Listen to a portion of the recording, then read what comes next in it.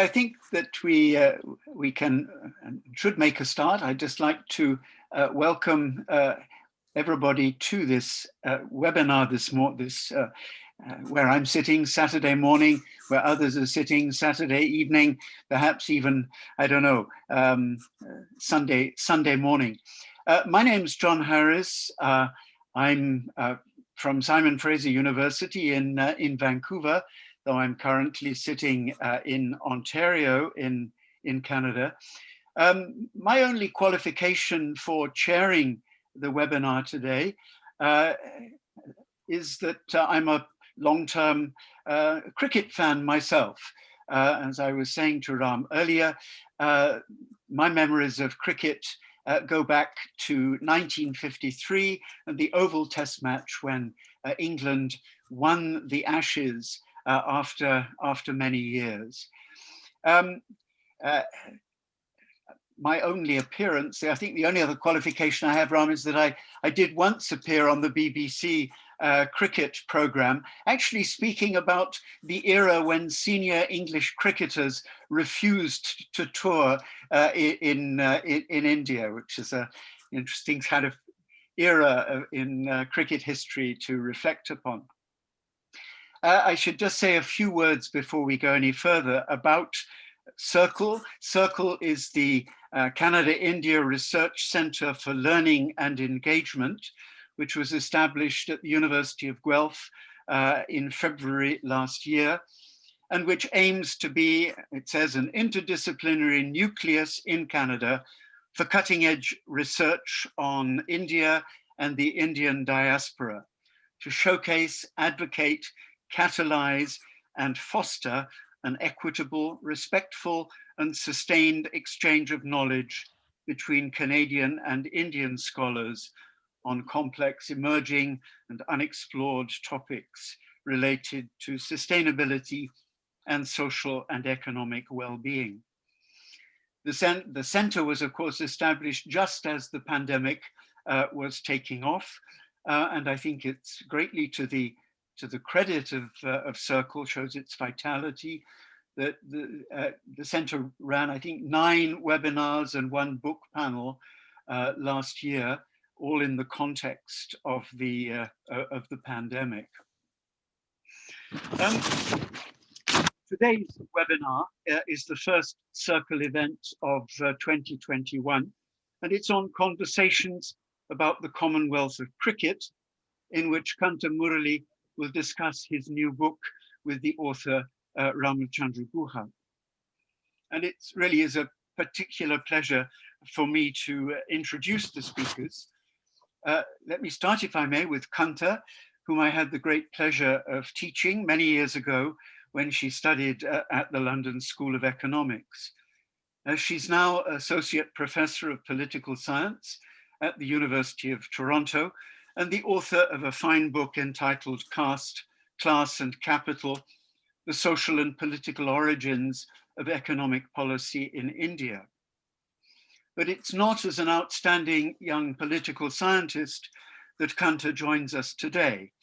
Rather, it's because of the great work that she did as a sports journalist before she turned to academics. I remember, Kanta, in particular, a remarkable long essay that you wrote in Frontline about Sunil Gavaskar and why he, rather than Kapil Dev, should have received from Wisden the accolade of Indian cricketer of the century. And for those listening who are interested, that essay is to be found in the issue of Frontline for August the 31st, 2002. Sports writing's loss has been political science's gain, just as history won out against sports journalism in the career of our friend Robin Jeffrey, the eminent historian of Kerala, who started out in life too as a sports journalist. Our second speaker and the author of the Commonwealth of Cricket is Ramachandra Guha, who more than any other speaker I've ever introduced merits that old cliche of needs no introduction. But nonetheless, I will go on to say a little bit about Ram. He is, of course, the most outstanding historian of contemporary India, the author of the magnificent India After Gandhi, and more recently of 2 volumes of biography of the Mahatma, as well as of a number of other major works. And we shouldn't forget his first book, The Unquiet Woods, which is a seminal work of environmental history. He's also, as many of you will know, a fiery public intellectual who's never been afraid to speak his mind, to the extent that I'm sure I'm not the only person around here who worries about your safety in the current climate in India. There was a time, though, when I think that Ram was probably best known actually as a writer on cricket, perhaps especially for the book A Corner of a Foreign Field, The Indian History of a British Sport. And as he explained in an interview I did with him some years ago for the journal Development and Change, his whole career has actually been influenced in significant ways by his passion for cricket. He told me then that, I quote, "My early professional ambitions were sporting rather than scholarly. I wanted to play cricket for India." And he explained to me how the need to spend long afternoons in the nets bowling his off breaks actually played a very significant part in the choices he made as a student. And it was only after 5 years, I think it was, Ram, of playing cricket very seriously that you realized that you weren't quite good enough to turn professional. And it was in that context that you went off to study first sociology and then to become such a distinguished writer of history. The Commonwealth of Cricket, which has the lovely long subtitle of A Lifelong Love Affair with the Most Subtle and Sophisticated Game Known to Humankind, sentiments with which I entirely agree. The Commonwealth of Cricket, in some ways, picks up on the story that you started to tell me those years ago. And it is in part an autobiography of Ram's life through cricket. That's one way of describing the book. Before I hand over to Kanta and Ram, I should say a little bit about how we're going to proceed today. I think we'll start with what we hope is intended to be a conversation between Kanta and Ram for 40-45 minutes, at that order of time, and then we'll open up to a wider discussion. I'm asking all participants, if you wouldn't mind, please, to keep on mute and without video, because otherwise there may be problems with the technology. And if you'd like to comment or pose a question to Ram or to Kanta, would you please write it in the chat box, and then we'll open it up at the end of the session, and I'll be able to relay your questions, your comments to our two speakers.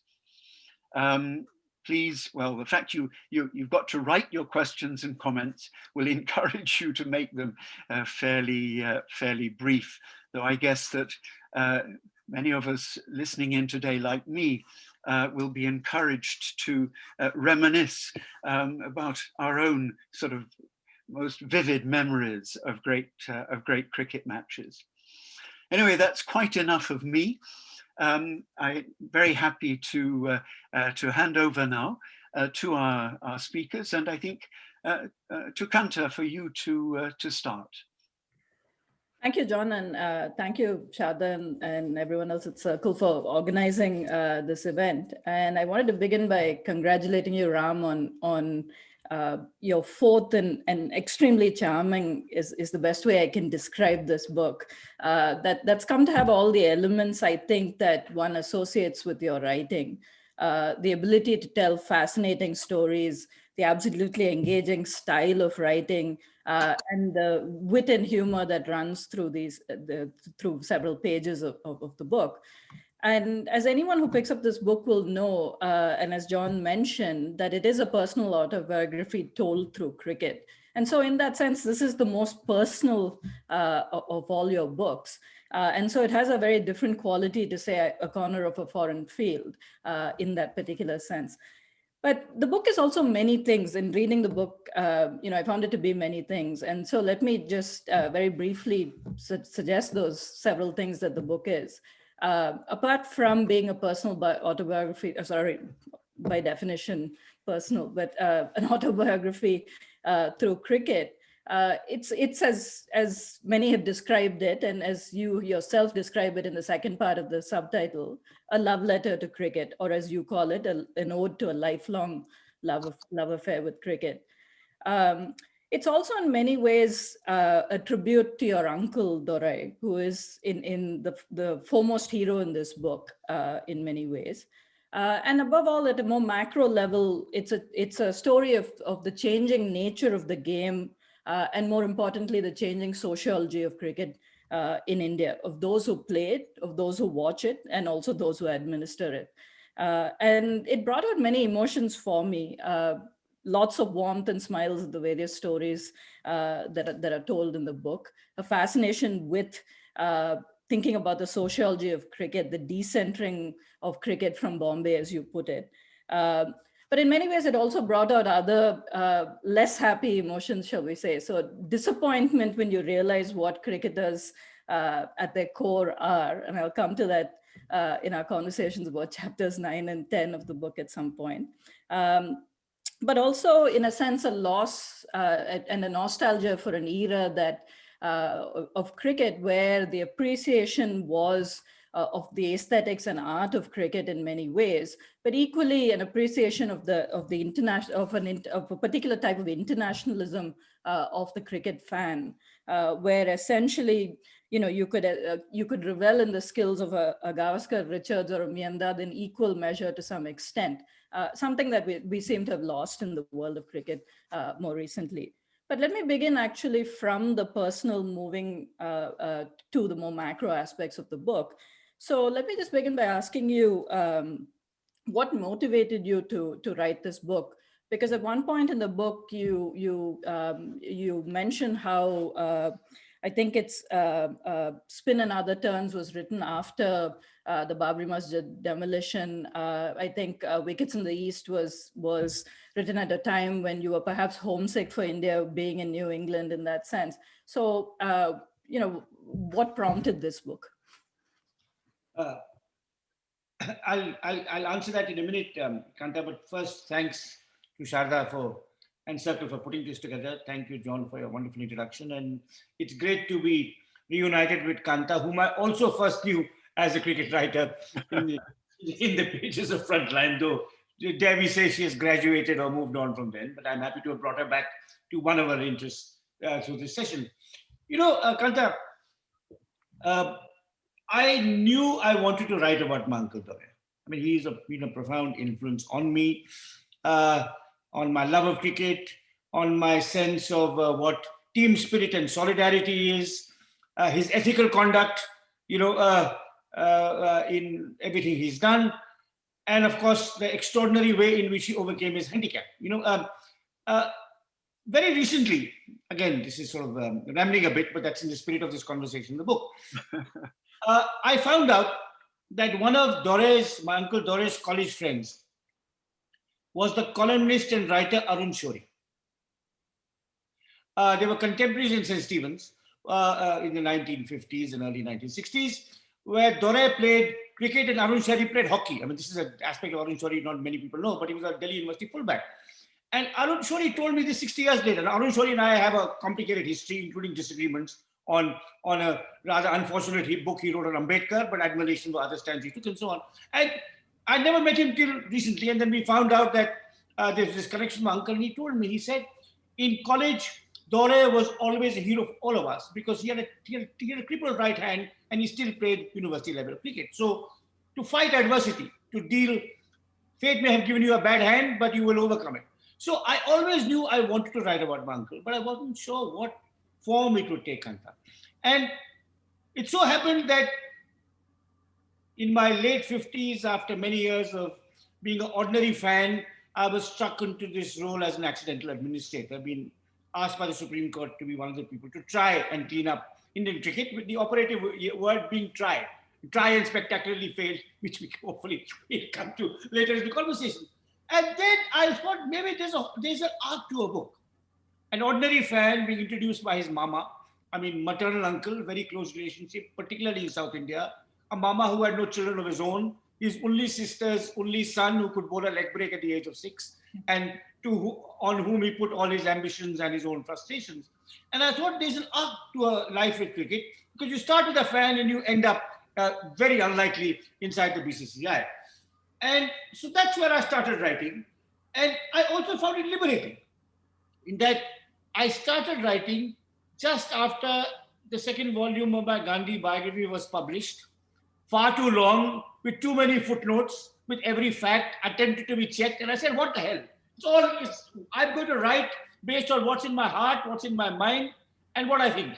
And I managed to say that there are at least half a dozen howlers in this book, factual howlers in this book, which I hope my works of scholarship have less factual howlers. But fans have pointed out, no, sir, this match was played in Bombay, not in Madras. India won this match, did not lose it. I'll correct it in the paperback. But the charm of the book may be also the few howlers it has. Because so it was written, I think, essentially because I recognized that Dore could be an arc that ran right through the book, and from someone who's on the margins of Indian cricket. Now, Kanta, you grew up in Chennai, all right, which is a major center of Indian cricket. I mean, after Bombay, Chennai is the oldest center. I mean, it has competitive cricket going back to the 19th century. It has a storied history. It has very knowledgeable fans, arguably the most knowledgeable and most non-partisan cricket fans anywhere in the world. You grew up in a cricketing family. I don't know about your father, but your uncles played cricket. Your siblings are obsessed with cricket. You grew up as part of a publishing family that had memorialized Indian cricket through its magazines and its newspapers. And so with due respect, you grew up as an elite fan of Indian cricket, and I grew up as a subaltern fan of Indian cricket, because I grew up in Dehradun, which is in the backwaters, a small town, and so on and so forth. So, but then from there, to go from there to the board, I thought made an arc which I could try and narrate in this book. Yeah, I'll come to several of those points in a minute, including actually this kind of having the introduction to cricket from small town India rather than metro India, particularly in the 60s and 70s. But I'll come to that in a minute. But let me actually push you on and one of the aspects that John brought up as well, which is, the subtitle of the book. The first part is a lifelong love affair. But let me push you on the second part of the book, which is with the most subtle and sophisticated game known to humankind. So tell me about the second part of the subtitle. It's obviously an invitation to openly debate the merits of cricket versus other sports. And in that sense, or it's perhaps, a humorous barb traded at perhaps, other people with maybe a family or others who have, affiliations with other sports. So in that sense, why this need to put cricket over other sports, especially given so much of the theme of the book is about a lack of chauvinism or the need for, divorcing sport from chauvinism, right? So,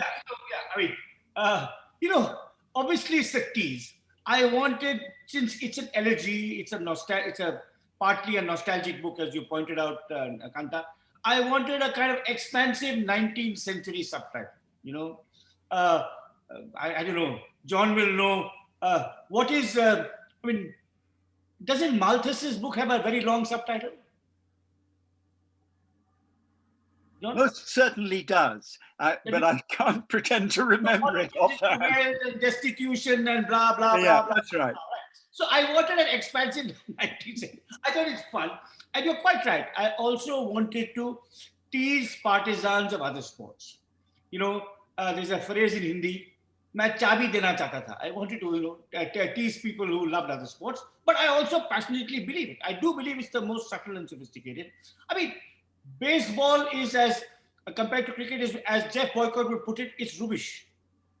You know, it's so crude, and the variations allowed to a fielder or a batsman are so fewer than in cricket. Arguably soccer, because it is a beautiful sport, and it is, just the grace and elegance and fluidity with which people move. Soccer at its best may come close, but soccer also is confined in that 90-minute time frame. Whereas cricket, because it goes on for 5 days, it has so many interruptions, has an epic quality to it that I think no other sport does. Aesthetically, I would admit that soccer comes close. My friends who play golf tell me that aesthetically golf is also right up there. Tennis, before the graphite rackets. Tennis in the age of McEnroe had a great aesthetic quality that it does not have to be in the age of, Djokovic and Nadal. But I do also mean it. I mean, it is a partisan statement on behalf of cricket. And I am a chauvinist about some things. I'm a chauvinist about Test cricket over T20. I'm not a chauvinist about India v Pakistan. But in this respect, I think apart from it being a tease, apart from it frankly being an attention-grabbing device to have a subtitle of that kind, I think it is true. I believe it's true. Okay, and in that sense, I'll just give you a brief example. Not that it's actually not Nadal and Djokovic, but you missed the, for me, possibly the most aesthetic of all sportsmen, right? Federer, in that sense, who has been called the Nureyev of tennis in many ways, and you simply have to watch his footwork to understand the aesthetics. But I'll this is your autobiography, so in that sense. But let me actually move to another personal element which you brought up, which is your uncle Dore. And in that sense, he's a hero of the book. He's your introduction in many ways, along with your father, to cricket, the stories, as well as, the actual skill and the technique, everything involved with the game, and the appreciation of the aesthetics itself.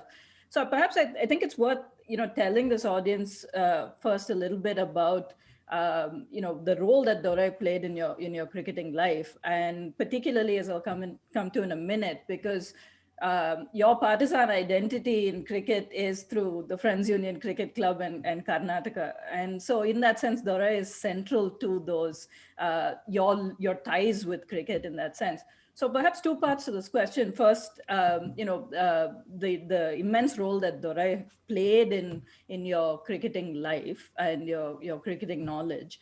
But the second aspect is that I think he also represents a particular figure of an older era of grassroots cricket in India, club cricket, right? Particularly in the bigger cities.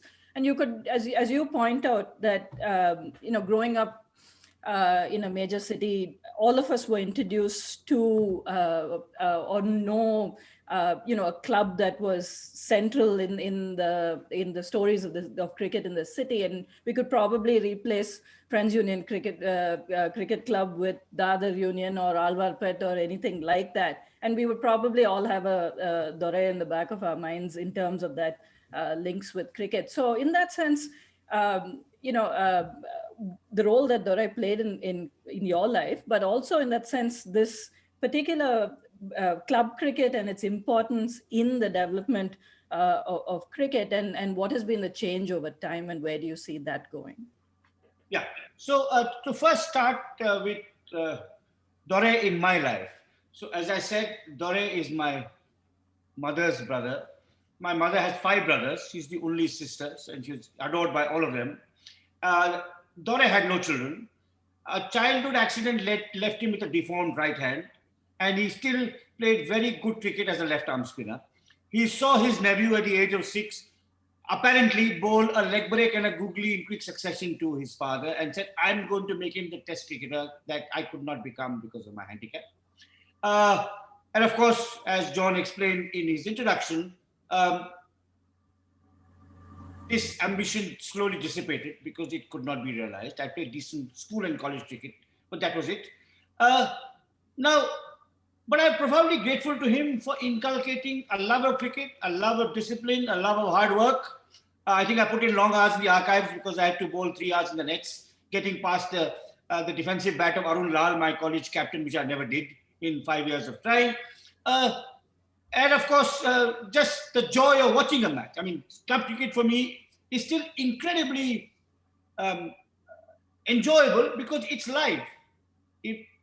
Except for last year, which was ruled out because of the pandemic, every year I'd watch half a dozen matches in Bangalore, which has glorious weather all year round, sitting next to the side screen, watching a first division match and watching young kids match their wits against established Ranji Trophy cricketers.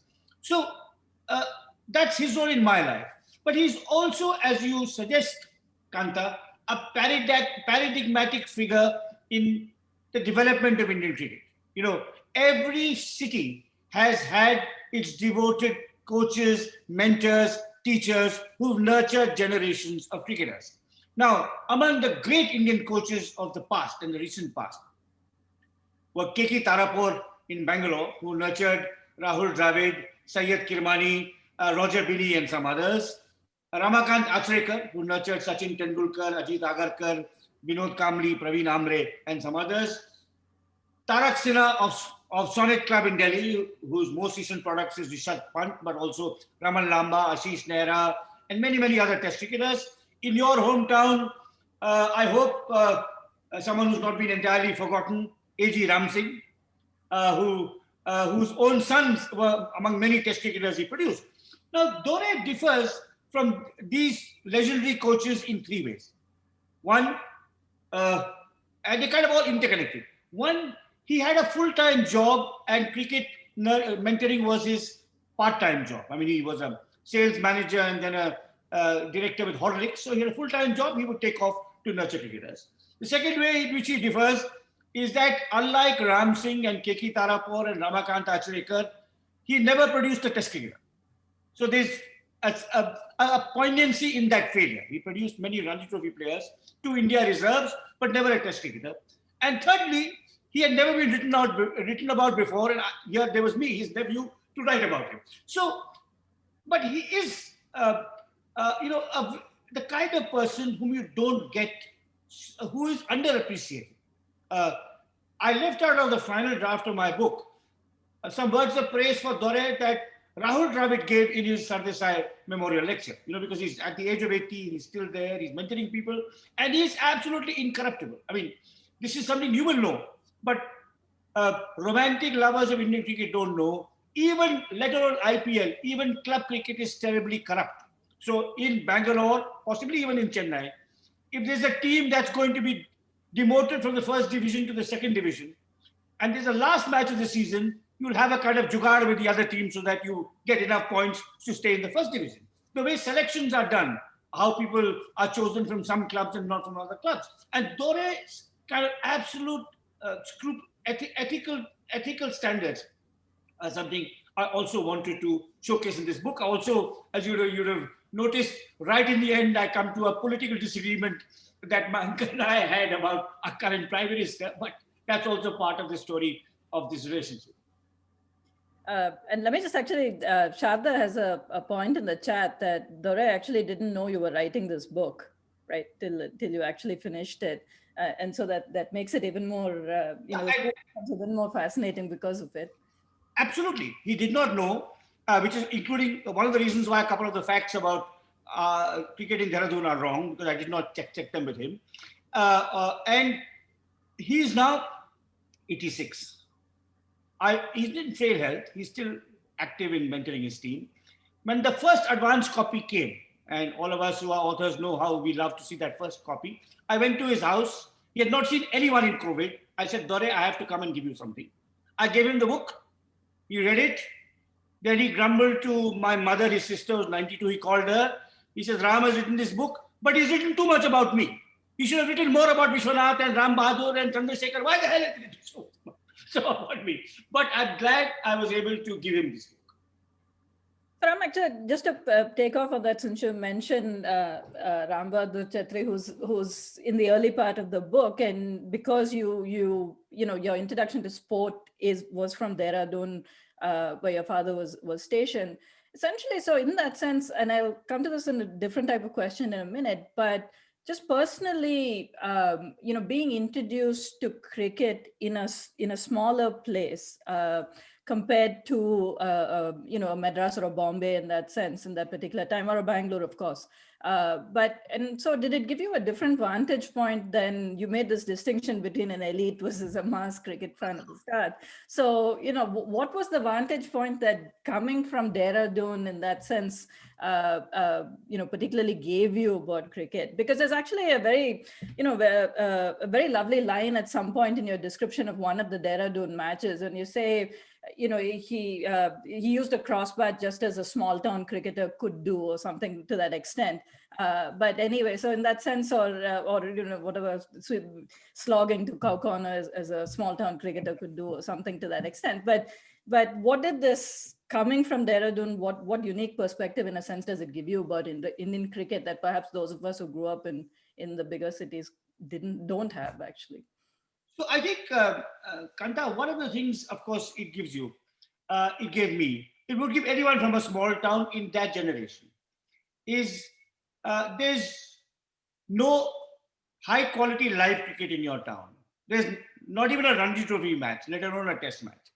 And a principal vehicle for your cricketing education is hence oral, both ORAL in terms of stories told to me. So there's an account in my book, of the first test match that India won in Chepauk in 1952, when Minu Mankat got 12 wickets. Dore heard this on the radio and told me about it. All right. He heard the wickets being described on the radio and then told me how he heard them being described. Now, in your family, your tata must have been there, or one of your peripas must have been there watching. You don't want to get that match. And you, when you grew up and you know, Wasim Akram came to play in Chennai, you were there. Now, so your memories are oral, through stories, and oral, AURAL, through the radio. And I think that excites your imagination in a way in which maybe it gives you more of a romantic sense. In the case of Dehradun, I was especially blessed because it was such a beautiful place to watch and play cricket. I mean, Dehradun is now, of course, utterly destroyed by becoming the capital of Uttarakhand, and it's, you know, it's been aesthetically and environmentally and socially ruined. But when I was growing up, you know, you had these glorious cricket fields owned by government organizations or public sector institutions, and the Himalaya to your north, the Shivalik to your south, ringed by, you know, wonderful old trees. So the aesthetic experience of was also very much part of cricket, being out there, watching, observing, chatting, soaking in the winter sun. In my case, I was a scorer. So from the age of 7 or 8, I would be scoring for my local club. So I think it's a perspective which maybe you take less things for granted. You know, you take than you would if you're growing up in Bangalore or Delhi or Bombay. Yeah, and in this regard, I'll just point out there's a very nice story also of, you know, I think the first time you watched Chandu Gadkari bat in Dehradun, right? So, and for you, it was this revelation of what in India international looks like versus what a small town cricketer. So in that sense, the access to everything, including knowledge, I mean, including being able to watch a world-class cricketer, of course, is markedly different. But that's a good segue actually for us to move to, you know, what's underlying the book, and actually a fascinating narrative of the book, which is the changing social geography of cricket in India. And it's told personally in your story very well, from Dehradun to Stevens in Delhi to, you know, Friends Union Cricket Club and Karnataka and Bangalore to of course, following India internationally and the world of international cricket. So in that sense, this is also a story of you know, the changes from I mean, for you, from the 50s and 60s through Dore and your father, and then primarily from the late 60s onwards through your own knowledge, watching of cricket.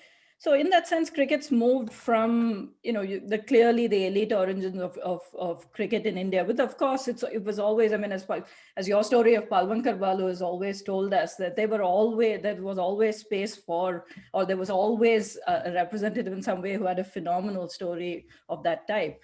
But on the whole, it moves from a elite to a middle class to a much more egalitarian base today in India. And equally, it's a decentering of the spatial concentration of cricket from Bombay to the other cities. But now, of course, with Dhoni coming from Ranchi, in that sense, moving much further than even the major cities. And even more recently, you can take a case like T. Natarajan coming from, much more modest background in that sense, and not even a small town in that sense, and coming up. So in that sense, what would you say are the most important changes in the sociology of cricket and the social geography of cricket, in that sense, that you would like to highlight in the course of your watching cricket over, it's now 50 odd years, right? So, so I think sociologically, it's the decentering which you point out, that when we first beat England in 1971, I think 6 out of the 11 players were from Bombay. And there were, I think, 3 from Karnataka, 1 from Delhi. In the last match we played in Australia, there were 2 cricketers from Saurashtra, Jadeja and Pujara, and the 9 others were from 9 different teams. I mean, so that's geographically it's been decentered. Cricket watching has also, I think, has become much less elite and much less male. I think in your generation, in Sharda's generation, many more women follow, and people younger than you, more and more women now follow cricket, play cricket, follow cricket, are knowledgeable about cricket, and some of our best writers on cricket are female. Now, this would be inconceivable when I was growing up. So I think sociological deepening, geographical deepening, and I think also something I've not talked about very much in this book, because it's a memoir and not a sociological study, is the role played by television in taking cricket everywhere. Now, this book is also generational, in that when I was growing up, compared to when you were growing up, or when Sharda was growing up, and certainly compared to when my children are growing up, there was not even live television. In Dehradun, live television arrived in the 1980s. In Delhi, in the late 1970s. So the first test match I watched on television was when India toured Pakistan in 1978, and I was doing my MA. I was 21. Now, so what television has done is that it is Dhoni growing up in Jharkhand can see how Adam Gilchrist bats and say, I want to bat like him. And so you won't have the cross-batted village sloggers of my youth. Even small-town cricketers know the elements of technique. They watch a bowler, say, hey, look at how Bumrah is using the crease. Look at how he bowls a slower ball off break. And you with 25 replays, which the television cameras show you. So I think television has allowed the ambitious young cricketer from anywhere to learn how to improve and indeed perfect their game. So I think these are some of the changes that have happened. Technology, replays, and the sociological and geographical deepening of the game. And of course, finally, the one aspect of the game, of the changes in the game that I don't like, is the overwhelming importance of IPL over Test cricket. Yeah, no, I Can I just jump in? The sociological, the geographical, and the technological sophistication of the game. Yeah, John. Could I just jump in for one moment, just very quickly on this, on the sort of social geography? I mean, I remember very well that when I did my first field work in village Tamil Nadu in the early 1970s, nobody really knew about cricket. Kids didn't sort of have cricket bats or do any. It was no. By the early mid 1980s, when I went to the village, kids were playing cricket, and some people were starting to follow the game. So I mean, I saw really something I thought quite significant happening in those 10, 15 years from the early 70s to the mid 80s. Just a little interjection. Kanta, forgive me. On you go. No, Thank you for that, John. If I may make one last point, Kanta, about the changes in the game. I think, again, one of the, how do I put it? Maybe one of the negative byproducts of television, and this again awaits deeper study, is the lack of, the declining interest in other sports. So when there was no television in Kerala, village kids were playing football because you could play that easily enough, or they were playing hockey. Now, I think cricket has become the sole hegemon in Indian sports. In a way, it wasn't when I was growing up. I mean, India used to win the World Cup in hockey. We used to produce world billiards champions. People used to watch other sports. And I think now cricket is just become, it's acquired dominance with hegemony. And maybe that's also in some ways unfortunate.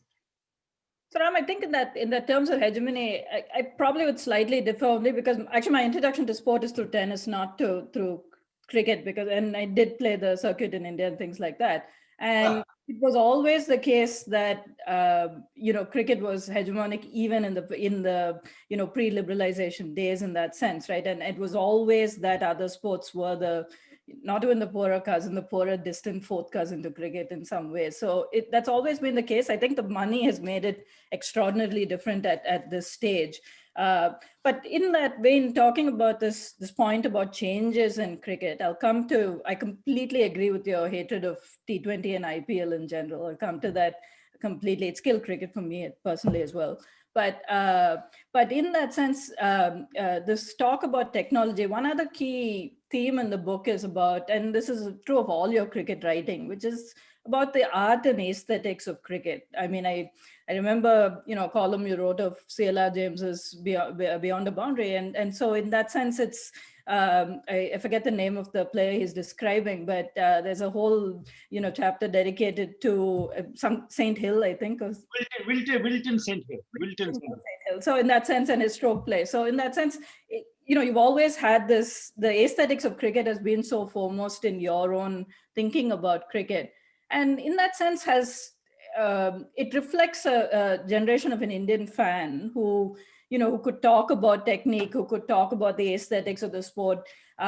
So how have, and we seem to have lost it. And at least we see him in the book seems to imply that we've lost that fascination with the art and aesthetics of cricket. In a sense, is it technology that has killed that? Is it chauvinism that has killed that? Where did we lose our appreciation for that? That's a great question, and I think both your implied answers are correct. Chauvinism and technology. So let me start with chauvinism. There's a brief description in the book of the only time I watched Alan Border bat live, which was in 1979. He had not joined the Packer Circus. He came with Kim Hughes' Australian side to play in India. He got 40 in Bangalore, and he hit a drive past point. And the person next to me said in cricket Tamil, Harve Madri Atsa. He played that shot like just Harve Madri Atsa, three words, just that, Harve Madri Atsa. Now, here I am listening, and my Tamil is just about good enough to follow those three words, not many more. But, it's a beautiful, he's just sitting next to me. A man, it's 1979, I was 21. This person must have been in his 50s. And he had seen Harve play that shot, not on television. He had seen Harve play in Bangalore or Madras, and he said, Harve Madri, Alan Border would not be able to say I play like Harve because he had never seen. But here was a fan who made this fabulous and such an illuminating comparison between two great Australian left-handers and their extraordinary proficiency in opening up the offside. So there's a generational comparison. There's a kind of a cultural stereotype. Australian left-handers. The cover drive is a beautiful shot. So you won't get that now. You won't get that anywhere, right? Now, technology has a lot to answer because it gives you everything on a plate, you're spoon-fed. Many of the things I remember best are which I watched live.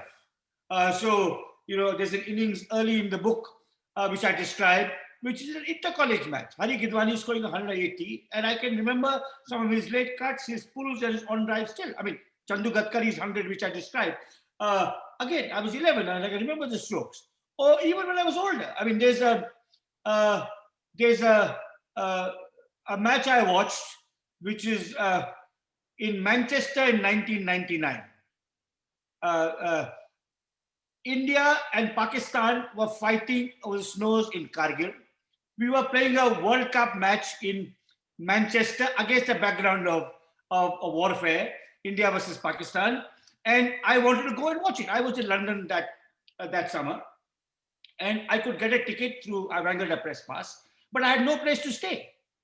And John Harris's former colleague at the London School of Economics, Jonathan Parry, said, I have an anthropologist friend in Manchester, Mary Searle Chatterjee.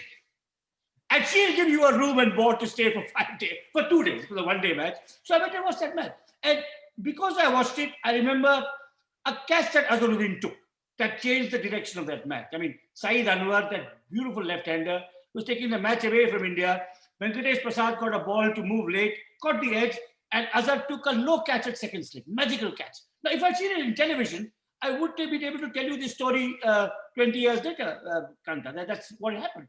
But, you know, it's often, it's the memories that stick in you, in your mind, are those moments, a stroke, a ball, a catch, a wicket-keeping dismissal. I mean, again, this is something that doesn't appear in my book, but I believe that the most underappreciated cricketers are the wicketkeepers, because it's the most complex and difficult skill. And I remember Syed Kirmani in Bangalore stumping Zahir Abbas of Dilip Doshi, leg side stumping. I mean, just Zahir Abbas was 40 or 40 balls, and he would have butchered us, which is what he normally did till Kiri got him stumped. No, so I think it's technology takes a lot of this away. And maybe because I grew up in an era when there was no technology, the aesthetic style is still alive in me. You know, I wouldn't look for 50 replays, but I try and capture it in my mind. Not only do you capture it, Ram, the book ends with this, you even dream of cricket, right? So you're in a level of a cricket fan that's, and in fact, the dream, I mean, I should mention to the audience, the dream is so detailed. It's actually, you give it a date, 2002, Kumble's bowling to Alex Stewart.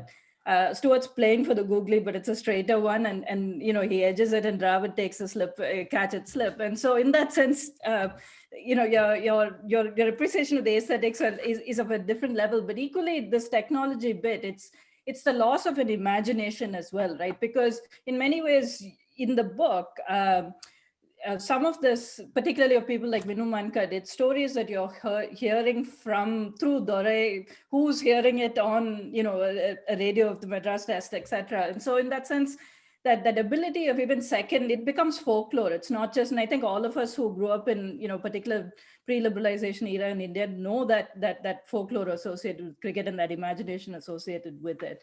But let me move on to, you know, couple of questions, and I do have to bring this up, which is to me, it's actually not in many ways necessarily the central part of the book, but chapters 9 and 10 of this book are about, you know, your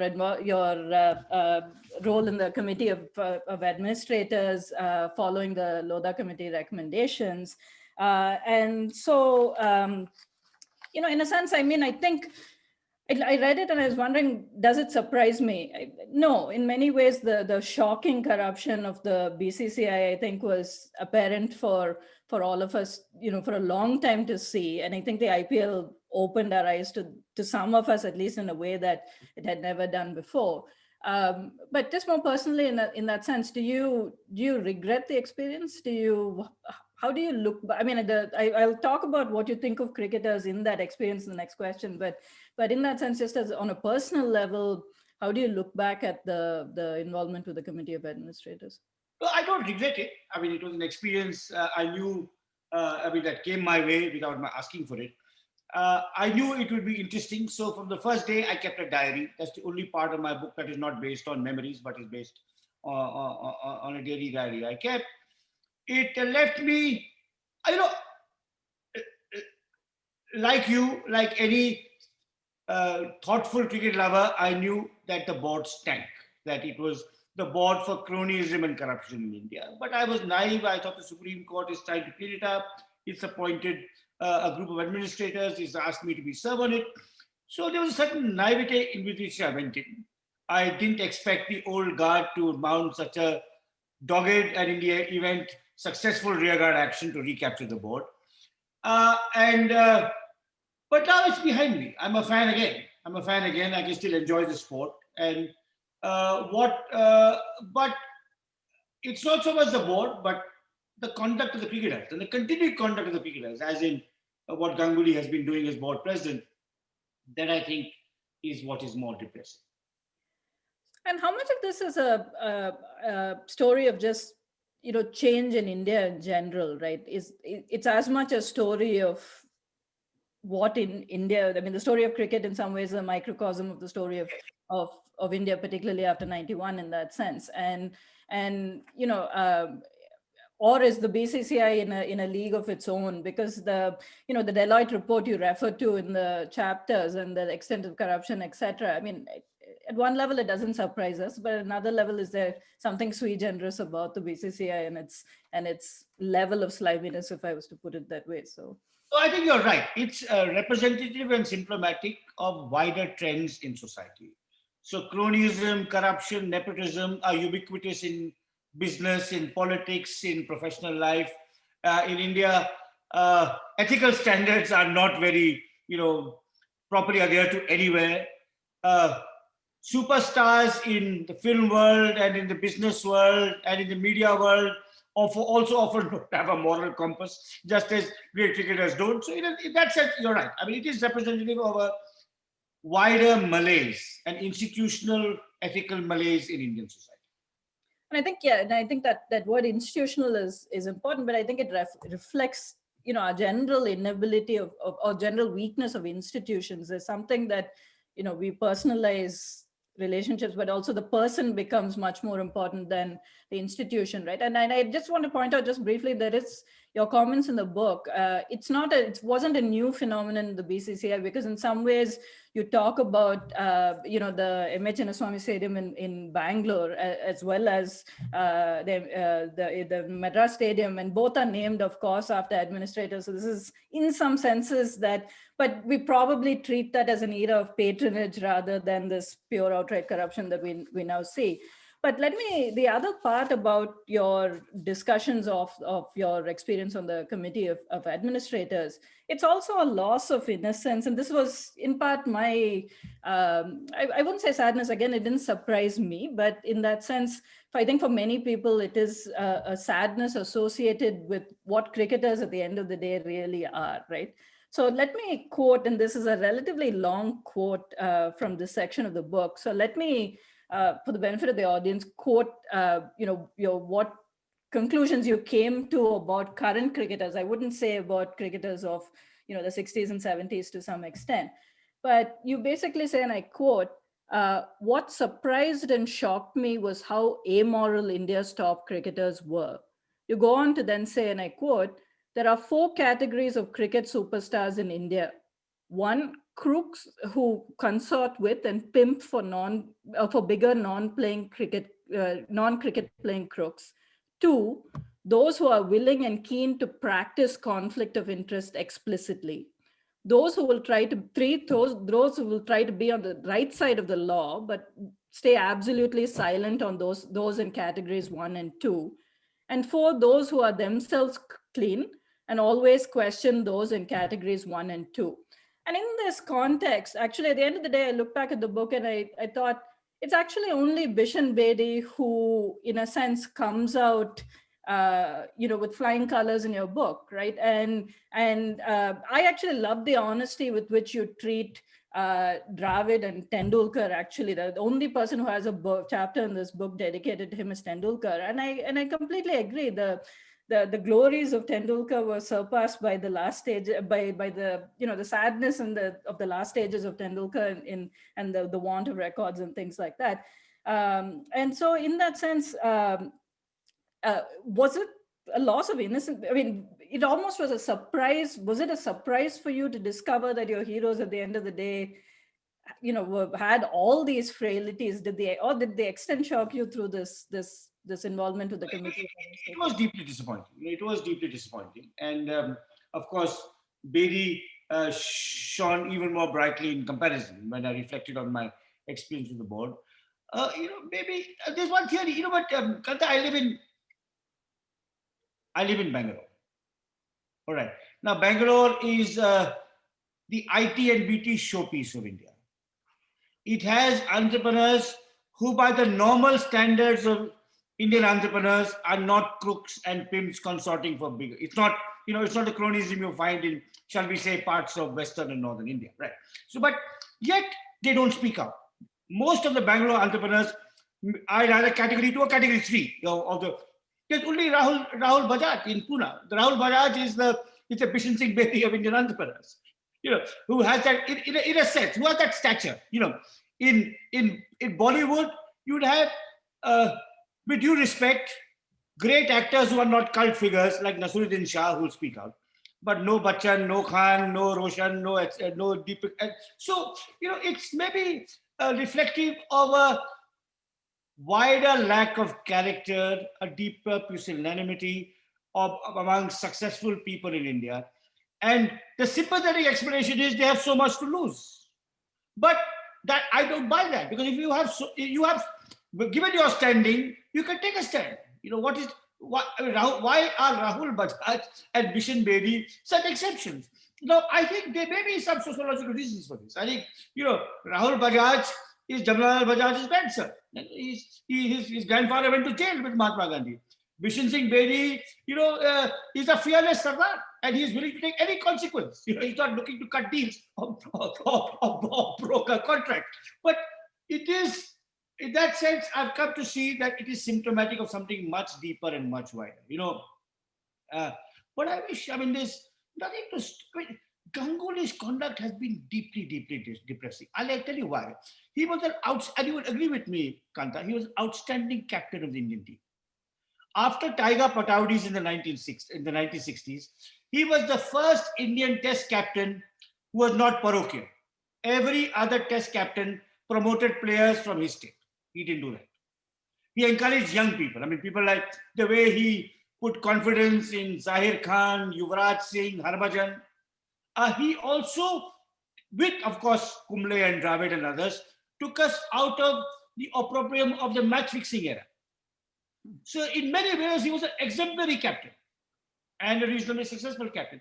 But for him to so abase and debase himself by the way he's conducted himself as BCCI president, not only in his conflict of interest, but in his chamchagiri to Amit Shah, it's completely unnecessary. So it's really sad in some ways that people like Bedi and, as I said, in entrepreneurship, Rahul Bajaj are such stunning exceptions. Raman, I think it also talks about the psychology of who becomes a star cricketer, right? Because you have this description of the superstar culture that they're all, and particularly now, been brought into at age 16 and 18, let alone only when you make the India team. But in that sense, these are people.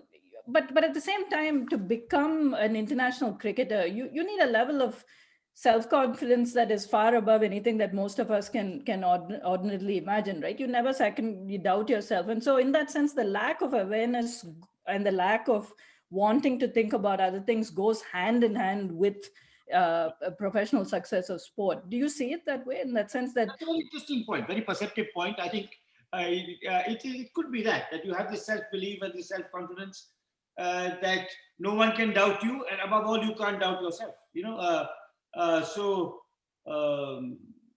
Maybe. And Dravid has some of that. Dravid, to his credit, again, in my book, I talk about he recognized he was wrong. Right. He thought about it. His first instinct was, I'm a great cricketer. I'm an icon. Who is this busybody to criticize me? Then he reflected upon it and said, maybe he has a point. Then I also mentioned in my book that he met Mike Brearley, who's known to both of us. And Brearley told him, if you're wrong, reach out to Ram and mend your fences. Then he wrote me a very lovely letter. I could. So I think Dravid, in that sense, had that level of self-awareness and reflexivity to recognize that he had taken the cricketing public for granted.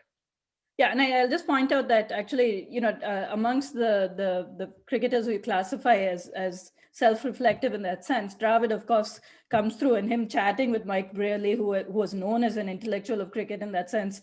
It wasn't surprising to me that who makes him, in a sense, say appreciate the friendship more than the circumstances of what happened with the conflict of interest issues. But equally, it's Kumar Sangakkara who shines in that. You say that he's perceptive and reflexive in a way that no other cricketer could be. So there are of course examples of that. Let me come to the last few questions, because I think we're almost close to possibly another 10 minutes. But let me. I have keep going, Kanta. Keep going. So amongst this, in relation to this, the changes in cricket, and even what brought you to the COA in that sense is how cricket has shifted because of T20 and the IPL. And I won't conflate the two at the start, but you, of course, and it's a running theme both in the book and in your columns and I think very, very rightly so, an absolute hatred of the IPL for sure. Is it the IPL or is it the format of T20 for you? Because I can completely understand the IPL part of it, or is it this is a different game to Test cricket? Because like you, I think true cricket is only the 5-day version. But anyway. Yeah, I think it's more the IPL, because the IPL reflects all. I mean, I am not, possibly, I can't say about, I'm possibly on this panel the most sympathetic to economic liberalization. I suspect. I suspect on this panel, I have some good things to say about economic liberalization. I think economic liberalization did, I think the license permit quota Raj had run its course. I think economic liberalization had, unleashed a new wave of entrepreneurship and had some good, I'm not a booster of economic liberalization, but I can see some good things about it. The IPL in some ways represented the worst of it, because the vulgarity, the greed, the corruption, and the social disparities. I mean, the extraordinary fact that UP, Bihar, Madhya Pradesh, Orissa don't have a team. The whole of the Northeast doesn't have a team. Maharashtra had 2 teams only because it had consumers and rich folks to go for these matches, right? So I think it's the IPL. And it's also secondarily T20, because like you, I'm a purist. I mean, the true elaboration of the game, the showcasing of batting, bowling, fielding, wicket-keeping techniques, tactics, matter much more in a test match. So I can just about watch a T20 match, just about. But I can't remember it the next day, and nor can anyone else. I mean, if you ask, which was the first test match you watched, Kanta, live at Chepauk? Live at Chepauk. Not when you were very small, but which you remember. Which I remember very well is the tide test of 86. I'm sure you remember many individual sessions in that game. I mean, I remember Kapil, basically, I think he scores 120 or 119 or something like that, but basically saving the follow-on, essentially. So, and I remember actually talking about, you said most fans are male. I was actually at that point sitting with my grandmother, and it was more on a long-on view as opposed to my brother and father, who used to be in, under the TNCA stand, which is behind the bowler's arm.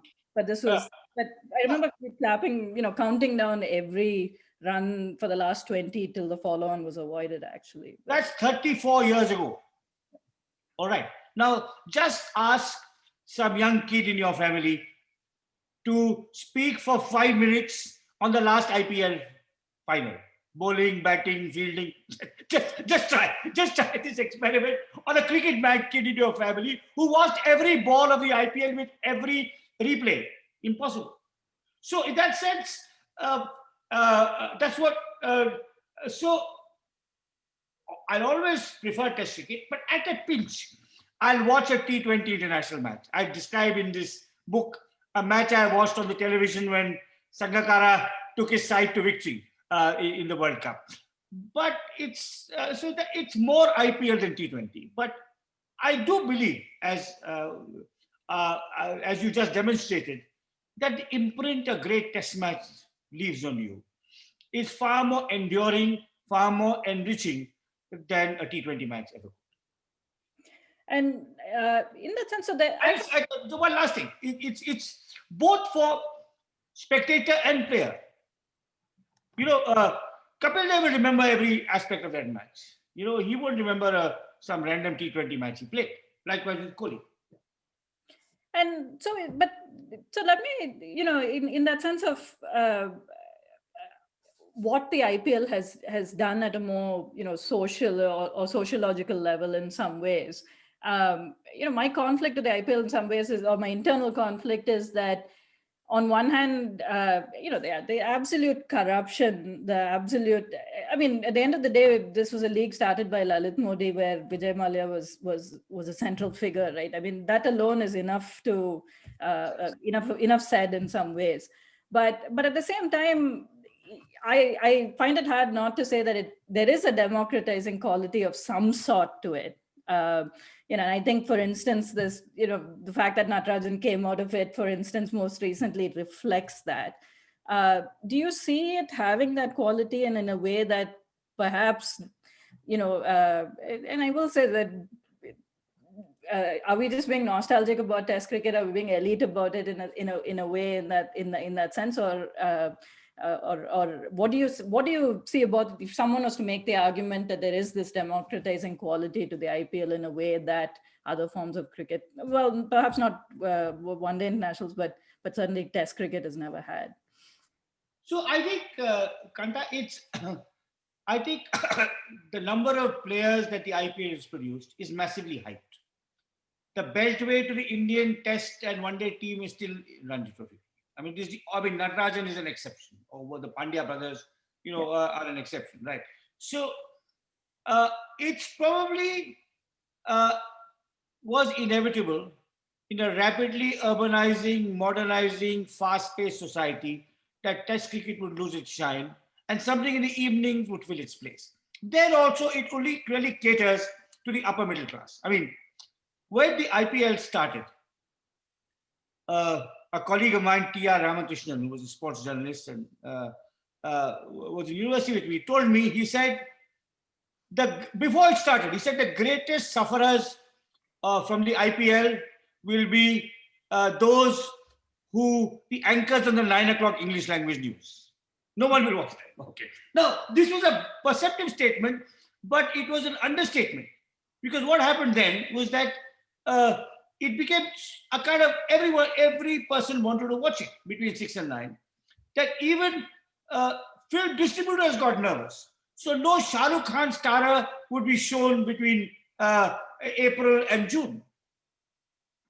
Now it's acquired such a cachet that the only speech the Prime Minister has not given at 8:30 but at 5:30 was when IPL season was on. Because even our Prime Minister was nervous, he would not get a live and captive audience. So it is, you know, so whether it's good or bad, I can't say, but it's captured the imagination. It's a drug, and people are hooked on that drug. 300, 400 million people are hooked on that drug. So, but its cricketing contributions are massively hyped. The IPL was held last year. Ranji Trophy players have still not been paid. The IPL has, because of the enormous money it generates, has created a captive and compliant media where journalists are given freebies and don't criticize the mismanagement of the IPL. State associations are given a hush fee, 28 crores every year, and they keep shut about what is happening with regard to the management of Indian cricket. So even cricketing, I mean, it's certainly been a success. It's been an entertainment success. If cricket today is bigger than Bollywood film, the IPL has played its role in it.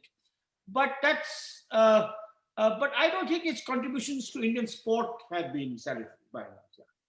Fair enough. And I think you do make the point in the book, I mean, and you made this point even in this conversation, that essentially, I mean, it does perpetuate a particular inequity in that sense that, as you point out, you know, UP, MP, Bihar don't have a team, right? So in that sense of you know, half of the population does, and a poorer part of the population doesn't have this local tie that they could actually foster.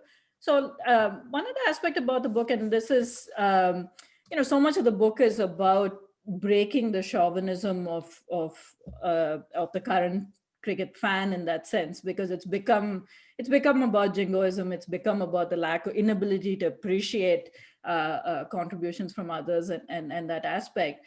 Does the IPL change that in some ways in terms of bringing foreign players much closer to local ties of cricket?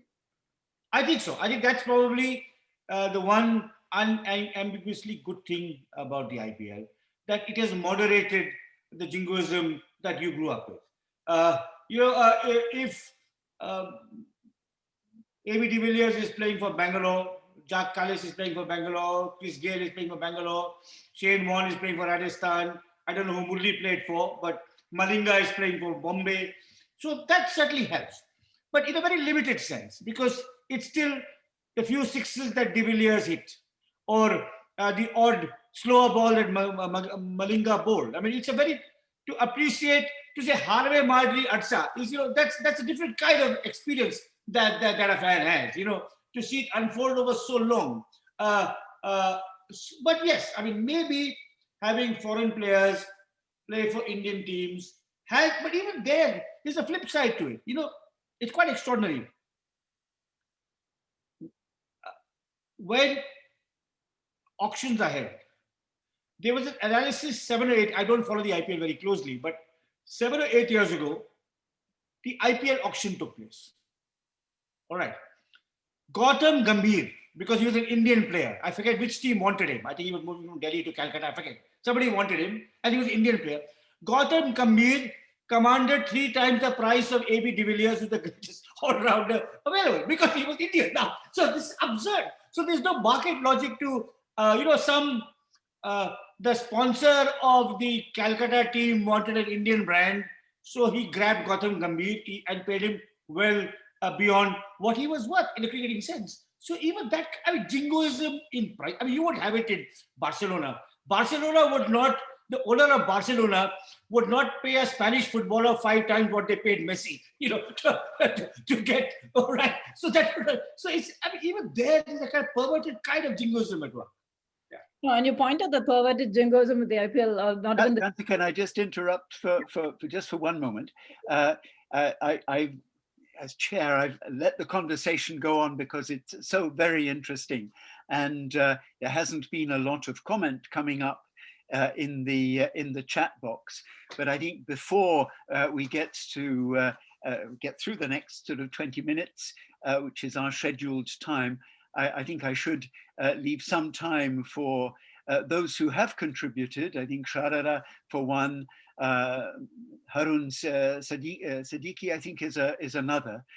Just to come chip in on the conversation. But you go ahead now. I just sort of thought I should.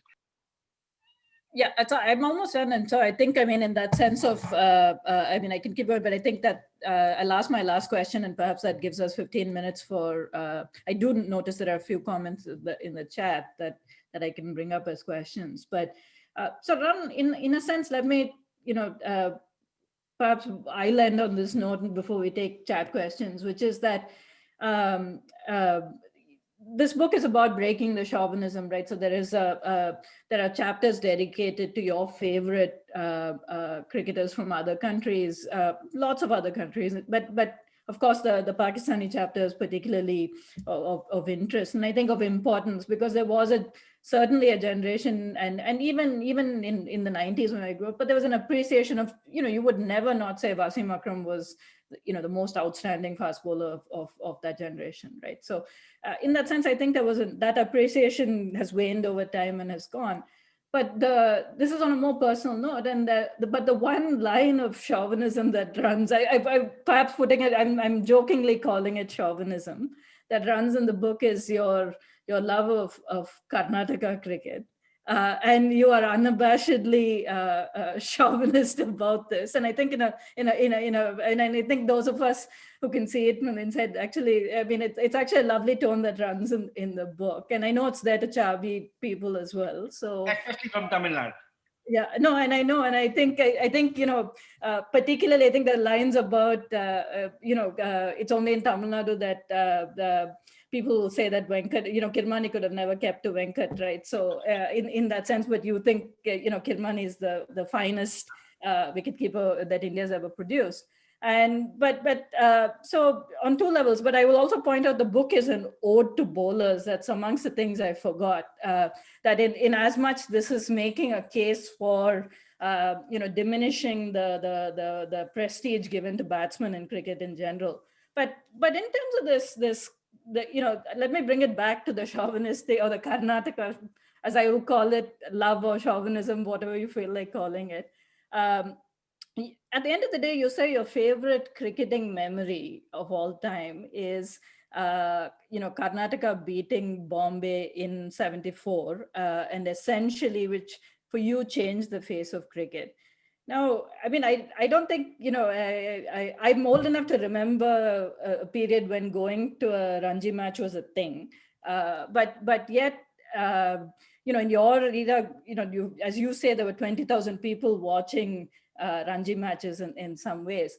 But what explains, I think, but you have a love of local ties and local cricket, both of Karnataka, but the Friends Union Cricket Club, but that's probably more explained as much by Dorai as it is explained by anything else. But, if I had to pick a memory of my favorite memory of cricket, I certainly wouldn't, and even if I certainly didn't watch as much first class cricket or anything close to you. I've watched a few matches, thanks to my brother, but that's about it. But in a sense, I think most of us would say probably 1983, right? So, or something like that, or in your generation, hearing of 1971 through the radio in some ways. But I was actually struck by the fact that at the end of the day, that your favorite cricketing memory is 1974 Karnataka beating Bombay in the Ranji final. Yeah. So 1971 is very important to me. That's the year we beat England and West Indies for the first time. For anyone who wants to hack my phone, the code is 1971. It is not my birthday, my wife's birthday. It's 1971. For anyone who wants to hack my phone, feel free. Okay, you'll find nothing in it, but you can hack it. All right. So 1971 is very important. But again, it's to do with having watched that match, Kanta. 1971, I barely even heard because I was in boarding school and I wasn't allowed access to the common room. So I never heard Chandrasekhar's 6 wickets live. I mean, the older members of your family in Chennai would have, right? Or John in London would have, right? So I saw that live.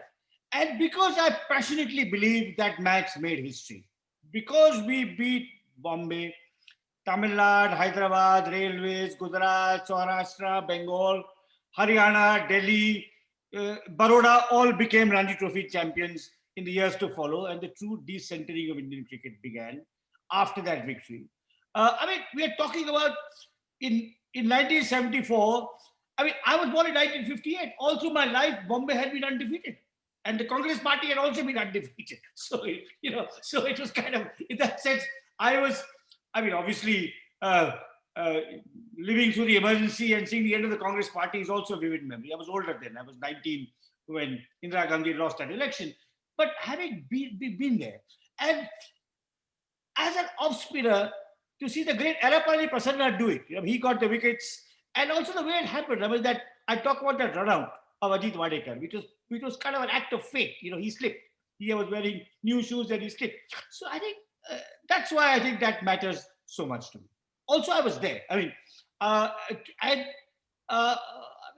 It's just, I said, that Gavaskar getting out to Prasanna, I can still remember. The LBW, when Vishwanath was LBW, given not out by the umpire. These are all memories that will remain with me forever.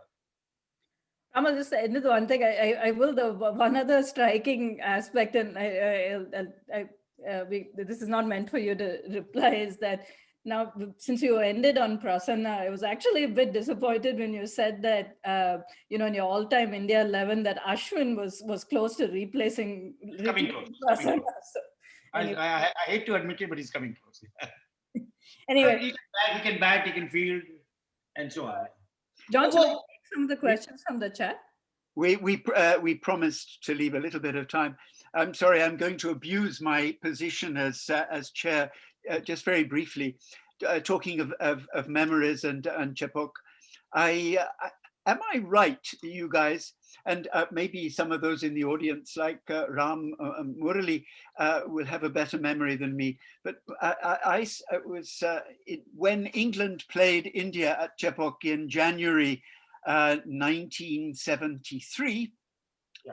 I have the memory that Gavaskar actually opened the bowling with Solkar, and they just basically sort of rubbed a little bit of shine off the ball before it was handed over to Bedi, Chandrasekhar, Venkat, and Venkat. But is that a memory that plays me false, or is that likely to be accurate? Ram, Kanta? I mean, Gavaskar certainly opened the bowling for India in some matches. Abid Ali and Solkar may have both played that match, and maybe one of them was injured for the second innings. That's possible. But if you'll permit me, I have a wonderful story about that match, which is okay. Now that match, Pataudi was brought back into the Indian team. Yep. And he came back as a commoner, playing under Ajit Wadekar. Yep. And he played a match-winning innings. And the story I have is not that. The England captain was Tony Lewis. That's right. Tony Lewis played against Pataudi for Cambridge versus Oxford in the 1960s. Tony Lewis was himself a classical violinist. I mean, this is a story of how different cricket was. When that match was played, Pataudi found himself back in the Indian team, and he told Tony Lewis, keep the third evening of the test match free. He said, fine. So he thought they were going to have a drink or go to the Madras club and talk about Oxford versus Cambridge and so on. He said, he took him to hear. He took Tony Lewis, who was an amateur classical violinist, which Pataudi remembered from the student days, to hear the great Lal Gudi Jayaraman play in the music academy. I mean, it's an amazing story. It's a story of the two. I mean, that is what Pataudi was like. I mean, he remembered what his English Welsh friend, what his passion outside cricket was. Pataudi knew what no other North Indian would have known, what Lal Gudi Jayaraman stood for, and took Tony Lewis to hear him play on the third day of the Chennai Test match. That is culture for you. Cricket and That's a very good story. That's a very good story. But let me hand over to others who've wanted to come in and to speak rather than just doing stuff on through the chat. Sharada, you have made some comments on the chat. Would you like to come in? Yes. So I mean, this is something that I chatted with Ram about when I read the book, a copy of which he sent to me, very kindly sent to me. And we didn't quite get to this conversation about women in Indian cricket. So a lot of the problems that you identify with Ranji cricket, of Ranji cricket being neglected and not getting its due, I think can be said about women in Indian cricket or women's cricket in India, and more broadly, but certainly in India, because it's not funded, it's not showcased as much as men's cricket, and there's really no talent hunting, and there's no way of promoting cricket as a sport for women. And I'm wondering, with the IPL coming on, is women's passion for playing cricket actually going down? I mean, I'm just thinking more in terms of having seen some of the things that happen around the IPL matches. And are we now seeing, or has IPL opened up sort of the more marginal and sort of other roles that women can play in cricket, right? So like the concept of cheerleaders. I mean, cheering was, we didn't have cheerleaders in Indian in cricket generally, but IPL seems to have, borrowed one of those traditions. It's mostly women who do that. And also other roles. Commenting, I think, is fantastic because it shows the intellectual engagement with cricket, even if a lot of the women don't play cricket. So I'm all for it. There are lots of other roles that seem to be coming up for cricket. So I do want to hear your thoughts on women in Indian cricket and women's cricket in India. Thank you. So, Shada, I haven't studied it at all carefully, but impressionistically, you may be right that, say, 10 or 15 years ago, Indian women's cricket was becoming more competitive, more people were playing it. And then you had stars, if not superstars, like Anjum Chopra and Mithali Raj. Now, whether IPL has again put them into the shadows, that's possible. But your point about cricket commentators, Isa Guha and Ebony Rainford Brent are outstanding commentators. They're on BBC, on Sky Sports now in Australia. I think Donna Simmons was an outstanding West Indian female commentator. And I wish, to begin with, we should have a former Indian Test player, as part of our commentary team. I think it will make it much more interesting, insightful, intelligent in the way in which the Sky commentary team has become. As I said, some of our best cricket writers are female. I mean, Sharda Ugra and Rohit Brijnath are absolutely our two best sports writers. Right? There was another outstanding sports writer, Kanta Murali, but for family reasons, she had to migrate to America and then stop writing on sport. So I think I saw Enram has made a comment in the chat box. The first, when in the brief stint that I was on the board, in fact, Enram and I were in a committee which gave Shanta Ranganathan the first lifetime award for a female cricketer.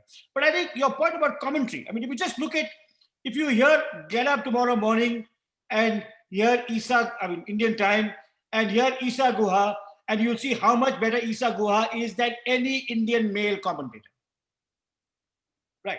And why can't we have Mithali Raj or Anjum Chopra? I mean, our male commentators just chatter and chatter and chatter and chatter and tell us nothing that we don't see on the television. Could I just, we've just got a few minutes of our sort of formal time left. Another person who has contributed to the chat is administrator, who I believe is Harun Siddiqui. Would you like to come in, Harun, and contribute to the conversation? I invite you to unmute yourself and come in. No? Ram, maybe I'll just jump in and read out Harun's comment there, which is Harun says that the first test he saw was in 1959 when Richie Benaud were touring India, and so he basically says that he saw it at Chapak and it's imprinted in his mind forever. So just reflecting that point you made about different era of watching cricket and the fact that stays with you for life in a way that perhaps IPL memories don't, right? So. 1959, yeah. Can I pick up one more question that's on the chat? Actually, the first one, which is from a Pakistani cricket fan, and Abdul Qadir Hussain, and he said, Ram, there's a question to you. So he says, as a Pakistan cricket fan, I particularly love the parts dealing with Indo-Pak cricket. I grew up with many wonderful memories of those encounters. Sadly, my kids have not experienced the same. Is there any hope? What, if any role can other cricket powers play in this regard? So sadly, there's very little hope. So long as the Kashmir dispute festers, so long as we have a radical Hindu nationalist government in India, it's very, very unlikely that India and Pakistan will meet in anything other than a World Cup match. But do tell your kids to read when they grow up Rahul Bhattacharya's wonderful book, Pundits for Pakistan, from Pakistan, which is about the Indian tour of Pakistan in 2004, and Osman Samiuddin's magnificent history of Pakistan cricket, which is called The Unquiet Ones. So I think, but I doubt it. I mean, there was a whole generation in the 60s and 70s that did not watch, Indians who did not watch Pakistani cricketers play live. And, you know, it's kind of and that's sad. And, but given the geopolitical context, I think it's very, very unlikely that in the foreseeable future we'll have it. Things may change in 20 years. And I recommend in my book that whenever India-Pakistan Test cricket starts, again, it should be played for the Tendulkar Trophy. And I give reasons explaining why it should be the Tendulkar Trophy and so on. But I saw some great Indo-Pak matches, both live and on television. And you also have an all-time Indo-Pak 11 in the book, and so I think it's you know, if anyone interested in that, it's worth looking at the chapters. This is actually another question I wanted to ask you, which is which Ram has put on the chat as well, which is he wants to know who your favorite cricket writer is and whether it's Jack Fingleton. And I know in the book you talk about blanking out, is it A. Thompson, who was your first introduction to cricket literature in that sense. So anyway. This is one area in which I'm not nostalgic. My favorite cricket writer is living and is younger than me. That's Gideon, the great Australian Gideon Haigh.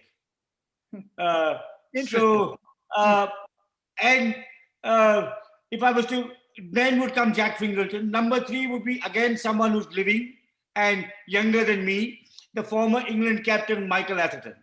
So some of the best cricket writing is going on today. I mentioned Sharda Ugra and Rohit Brijnath and Rahul Bhattacharya as fine young Indian writers. So when it comes to cricket literature, I'm not nostalgic. Often the present wins out over the past. And Gideon Haigh is just magnificent. I mean, I tell again, if I may tell her, it's not in Gideon Haigh story about, you know, Gideon Haigh has, among his great books, are biographies of Victor Trumper, Warwick Armstrong, a book on the Packer years, and a slim, a jewel of a book which is about 150 pages long, called On War. On War, Clausewitz, On War. And I was reading it on a flight to China. Now, I was going from Delhi to Shanghai, and I was reading it. I fell asleep, put it on the next seat, and it was whacked. So Gideon Haigh is so admired that a businessman on an India-China flight, who may have been a Chinaman, whacked by a copy of On War. So that's how great a cricket writer he is. So go and read Gideon Haigh. I mean, he's unsurpassed.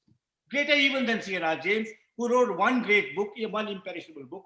But for the range of his writing on cricket, I think Gideon Haigh is just amazing. Ram, I'm a little bit surprised you haven't mentioned Neville Cardus, since you do actually write quite a lot about, you know, searching out Cardus books and so on in your book. But perhaps I could just ask you to address the question that I think Sharada has put into the chat box. What are your views on what the big 3 concept is doing to cricket? Is the increasing gap in quality between the top 3 and everyone else going to hurt international cricket in the long run? What do you think on that one? Sorry, that is not my question. That's a question from Abdul Qadir Hussain, and I was just bringing it to your attention. Okay, sorry about that. I didn't realize he had sent it only to me. I didn't realize he sent it only to me. So it's an excellent question, and I'd say person for person or on per capita terms, the best cricket team in the world is New Zealand. Yep. They're also the nicest guys, you know. And I think what they're doing is amazing. I mean, Kane Williamson is a fabulous player. Their bowlers, their fielders. But South African cricket is declining from about a decade ago. You know, their fast bowlers aren't what they were. They don't have the kind of batting that they once had. West Indies is a tragic and sad story. Pakistan produces the odd fabulous batsman like Babar Azam and the odd good fast bowler, but they don't have a consistent team. So yes, in a sense, it's the big three and New Zealand, who are my favorite team of all.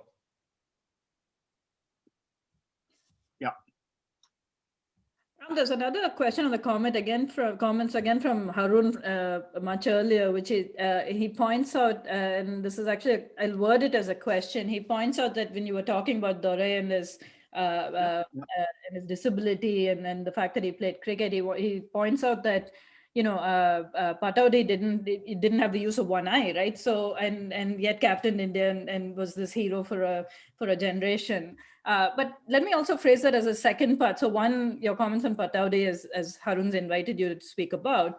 But the second, you know, there's the nice aspect in the sociology of this book is you get that you actually juxtapose Pataudi, Beg, and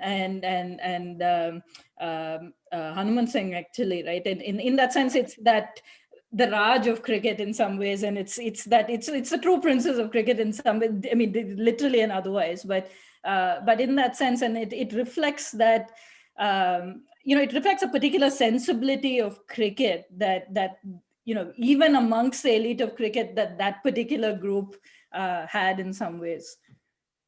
Yeah, I mean, obviously, in that sense, absolutely, Indian cricket has, you know, democratized since then, and I think Pataudi's story is exemplary, and I'm glad Harun pointed it out, because I forget who it was who said, it may have been the old England all-rounder George Geary, who I think coached Pataudi when he was young, someone who had played against Bradman and seen Pataudi when he was 16, before he lost his eye, said, if he had two eyes, he'd have been as good as Bradman. You know, to play Test cricket with one eye and to make a comeback of that kind. Yeah, and of course, you know, he had a typically English sense of humor, Pataudi. Someone asked him, when did you realize you could play Test cricket again? He said, when I saw the English bowling. So, I mean, and he was a fabulous fielder. I mean, he was someone he was also totally non-parochial. You know, Prasanna and Bedi, who played under him, venerated him. He was also someone who has some very interesting attributes. I think, and he was also, I mean, he has a remarkable life partner who's still with us, Sharmila Tagore, who's an extraordinary figure. I mean, I think there's a great dual biography of those two amazing people to be written. I mean, Sharmila Tagore is a person of, I mean, apart from her celebrated acting, she's a person of intelligence, courage, civility. I mean, and I think there must have been, so I think Pataudi, but also the aspects of Pataudi that are very, very nice. I mean, one is that as soon as the Privy Purses were abolished, he changed his name. He refused to be Nawab Pataudi. He became M.A.K. Pataudi. He was happy to become a commoner and to play under Wadekar. But yet, on the rest day of the Madras Test, to take Tony Lewis to here. I mean, all round, just an amazing, absolutely an amazing person. Yeah. I think that's a point at which I should come in. I mean, our formal time elapsed just a few, some minutes ago. We can continue, but I think that I should just sort of interject at this point, because I guess that some participants will leave now, if they haven't indeed left already. So this is just really a moment for me to say a little formally, thank you, Ram, very much for this wonderful event, and Kanta, and thank you, Sharada, for setting it up with Circle, with the Canada-India Research Centre for Learning and Engagement. And as I mentioned at the last Circle, I should just, I think, mention to everybody that the next Circle event will take place on the 21st of January, when there will be a round table starting at 11 a.m. Eastern Standard Time on Madhur Anand's book, This Red Line Goes Straight to Your Heart. But just to repeat, and very, very warmly, thank you, Kanta, thank you, Ram, for such a wonderful, wonderful occasion. And now let's continue talking. Thanks. Let's see. I think there are quite a number of comments that have come up in the box. Sort of somewhat laconic questions from Ram. Your take on DRS? No, I think on balance, I'm for it because it works to the advantage of the bowlers mostly.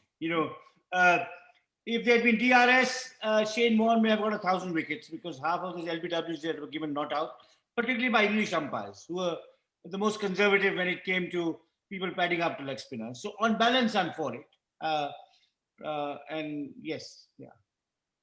And another one from Ram was Cricket Crisis, question mark? Great book. And Fingleton is my favorite dead cricket writer. Ahead of Cardus. But Gideon Haigh is just a genius. It's like right. Oh gosh, Sharada, is this question on Ram's research career from you? Would you like to actually ask it in person? Yeah, sure. I have known or I have read Ram's more academic work, The Unquiet Woods and a couple of other articles. And then I read the Gandhi biography, the 2-volume Gandhi biography. And then this Commonwealth of Cricket is the first book of Guha on cricket that I have read. And honestly, I just felt like the researcher was ever present in this book, right? So at some point, I think that was in response to Kanta's first question. Ram said basically, he wanted to hang this scholar, academic, take footnotes, hang that hat and write something that's more personal, that's more, chatty and all of it. And honestly, all of Ram's work is very accessible, and this work, of course, is, and a lot of us can relate to it. But I just felt like the researcher was ever present. It still has footnotes, Ram. I mean, I don't think you've done away with footnotes. And I think, I encourage my students that they should actually write more footnotes because a lot of the interesting details are actually tucked away in footnotes in academic writing. So the art of writing footnotes is something I think that we can learn from all of this. So I want your comment on this. John said, in introducing you, that in many ways cricket was fundamental to your researcher, to you becoming a researcher. But in this book, I think the research has just not gone away, is there. So I want you to talk about the connection between research and cricket, especially from this book's point of view. So a minor correction, Sharda. It has footnotes but no references. And the footnotes are elaborations or teasing remarks, and the footnotes are genuine footnotes at the bottom of the page. They're not endnotes tucked away. So yeah, you're right. But I suppose, and I think Kanta has also alluded to the sociology of the book. I mean, the sociologist, the historian is present. I mean, that's part of my personality. But it's much more personal than any other book I've written so far or would ever write. So it's told in the first person. And that's why partly it's based on memories, which is why some of them are fallible. But clearly, I can't completely disavow or eliminate my scholarly self or my understanding in the politics and history and sociology of sport. Not just, so I can't write only about the aesthetics of sport, nor can I write only about admiration and hero worship of cricketers I got to know when I was young or watched when I was young. But yeah, I suppose it's, but it is, I would still not, it's a very personal, which means it's got a lot about some things and much less about other things that are probably as important or more important, which are because it's clearly written through a personal lens. It doesn't pretend to be comprehensive or objective or detached. And I think in that sense, it is different from a work of scholarship. It's written by someone who happens to be a scholar, but it's not really, it can't stand the test of scholarly scrutiny or rigor. Ram, can I ask a clarification in that regard? Was this written from memory? Because you know, the way you describe it and the way you describe when you said earlier about, you know, there were a few corrections, but it seems to be something that, and I think I've read in other contexts that your memory is incredible, right? So is this something that you just sat down without any this thing and just wrote it? This is just written from memory, and except for the BCCI chapters where I had a diary. So I quoted from the diary and so on and so forth. But otherwise it was, I mean, there is a little bit of, how do I put it? Scholarly cheating. I mean, which all of us do. That, you know, we write a book and we draw from our research papers. So it's here and there, it draws from my newspaper columns. You know, so paragraphs are reproduced from here and there. But it is written in that sense from it. In a post-structural, postmodern world in academia, I don't think you would do badly in terms of scholarly merit, or this book would do any badly on scholarly merit compared to your other works. Okay, well, there we are. I'm slightly embarrassed to say that I actually have a family commitment in a few minutes' time, so I personally will have to leave, and I hope that the conversation will continue nonetheless. So once again, but this time sort of personally, thank you both, Ram and Kanta, for such a memorable occasion. Will go along with other cricket memories of mine, actually. And thank you, Sharada, for organizing it and for inviting me to chair. Bye now. Thank you all very much. Thank you.